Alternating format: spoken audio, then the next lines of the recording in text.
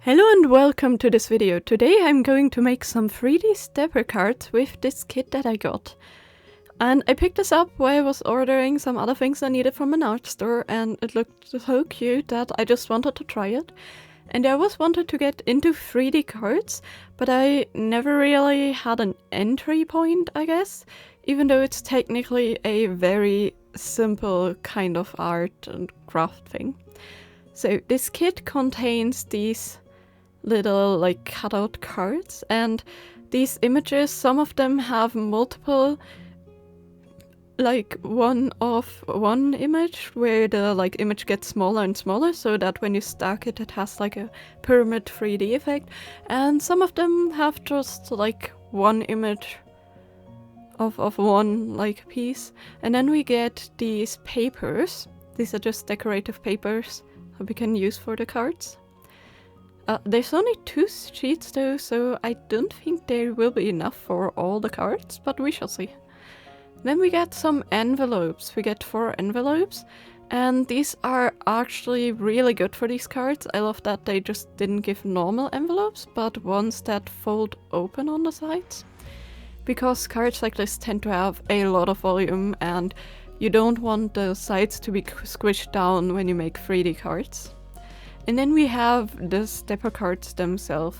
These are just simply folded. You have to fold them on one side still to make them into the actual stepper cards.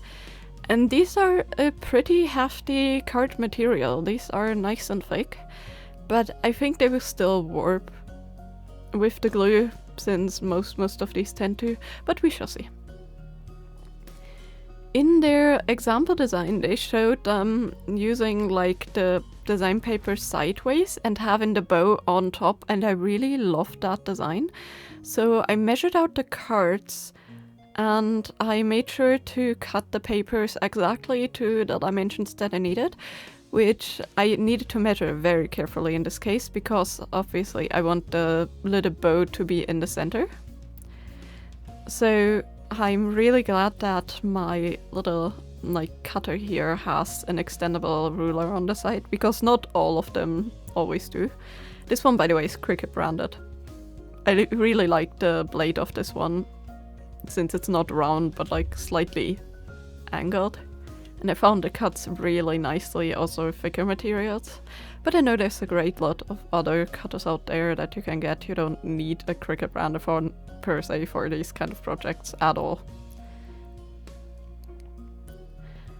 Now, I've already figured out that I'm not gonna have anywhere near enough for all of the cards, so I decided to stack some of the images, especially, you know, since I cut off some of the like excess for the bow and things like that.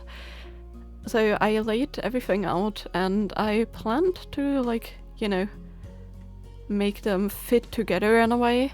Like, I thought that, for example, with this paper, like none of the other papers that were in this set really fit as the paper for like the front step. So I decided to just move on to the next card and like glue and piece together that one already before I was worrying about the front piece.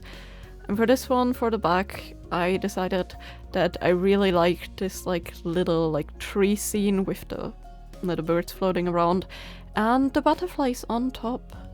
I tried to like cut it as high as I could with the gradient so that the like lighter part of the blue paper and the pink paper would match together, but I'm also gonna put something in the middle in between them, I think. I just had no idea what I wanted to put there yet. And then for the front step of the other card, I decided to just use the same birds so that they would overlap. Depending on how you look at these stepper cards, you can mostly see like the front part and a little bit of the back. So having the same motif on the front really, you know, gives the motifs a chance to stand up, because, you know, it would be hidden pretty much by the front fold else. But I think in this case, if you look at it from an angle, it also looks really cute. And then I found some washi tape that I really like, that I think will bring this piece together way better. This is just like with blue stars. Very simple, very cute, but it definitely helps. And then I went through my stash and I found this lovely green flower paper. It doesn't have exactly the tone I wanted, but it's still like close enough to where I'm really liking this. And considering there's going to be like 3D images on top that are going to cover a lot of the front step, I'm not too worried about color matching. And, you know, I have a limited supply of like other decorative papers, so this is what I had to go with. And then it was finally time to actually put on the first 2 3D images. So I'm using some decoupage glue here for everything, and a ruler really helped me position this art because this would have been so tricky to get like halfway straight. I noticed that like one of the edges dried too quickly because I had time to like put it down. Any decoupage glue is meant to dry super quickly, so normally when you do decoupage you want to apply it to both sides of the piece, because especially on papers and stuff it soaks in so quickly it dries in a matter of seconds, which is really good because it prevents the paper from like warping too much and things like that. It still warps a bit because it's water-based in most cases, but it really does help with it, and it helps to stick things quickly so you can work quickly. And then once I had my first heart glued down, it was time to actually make the 3D effect. I ran out of the 3D foam tape, so I made my own with just some like standard crafting foam and some double-sided tape. And then I carefully placed the motifs on top.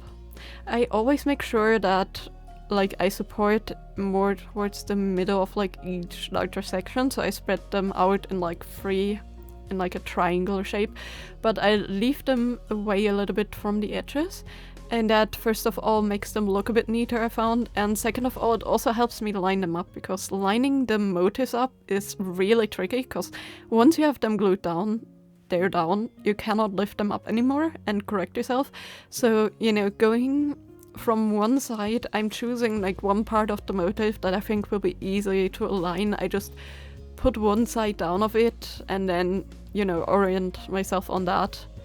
Like for example here I chose the flowers, in the other one I chose the plant pot, and with that it worked really well.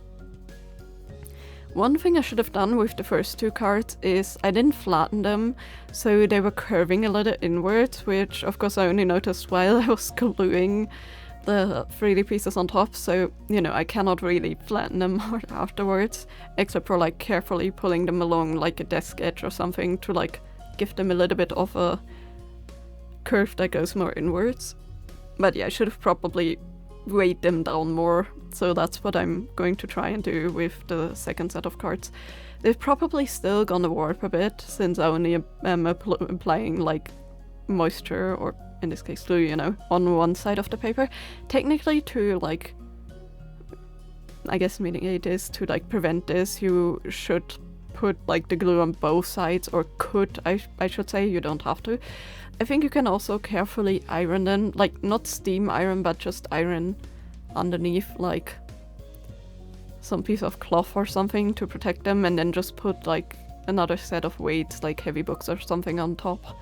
Or you can leave them in between heavy books for like a couple days. And this is where decoupage glue is really good, because PVA glues tend to feel dry but aren't really dry, so if you would put them in between books, I would be actually worried that the books will like stick to them. But with decoupage glue I never had that issue. Like I wouldn't put it between the book pages, but like in between the book covers when it's dry, like it usually doesn't stick anymore at all. It just has a little bit of moisture. But yeah. For my other cards, like the paper I have is not long enough to cover the back, so for both of them I will have to use washi tape and like 2 different papers or something to make it work. But I think this is going to be working out really nicely.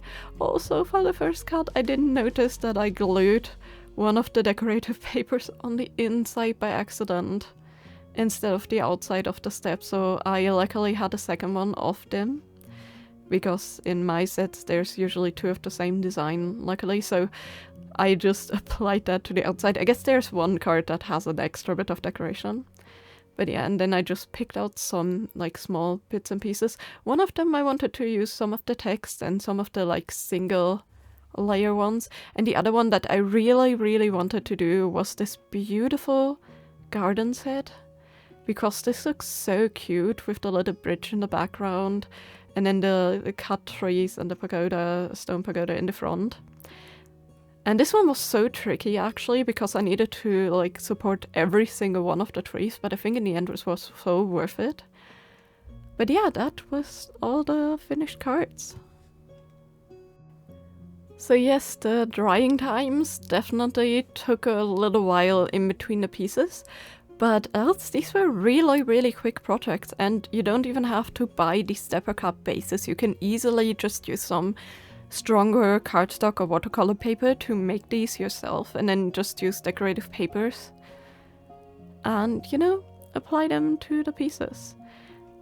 And I found that a lot of shops nowadays, especially craft stores and stuff, sell these like 3D images, these like, you know, layered images separately, so you can just get the images you want.